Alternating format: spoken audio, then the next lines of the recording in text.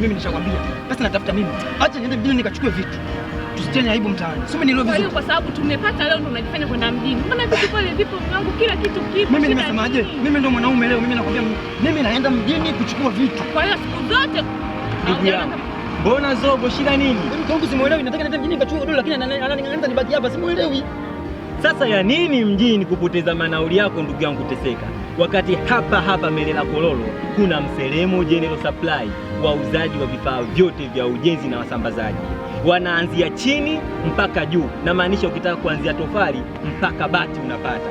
Tena hao wanao mpaka vifaa vya furniture vyote, kuanzia godoro, ukitaka viti, ukitaka kutengeneza kila kitu kuhusiana na furniture za ndani. Ya nini kuteseka? Mpaka bati, maanake vifaa vyote vya kujengea unavipata, na hata furniture zipo. Aswa, sasa unataka kwenda mjini kufanya nini? Wakati kila kitu kinapatikana. Anapatikana wapi? Wako hapo tu mbele, karibu na Baya Longisho, maeneo ya msikiti wa Suni mkabala. Ukifika pale, ulizia Mselemo General Supply, utafikishwa mpaka dukani kwao. Tusogeni.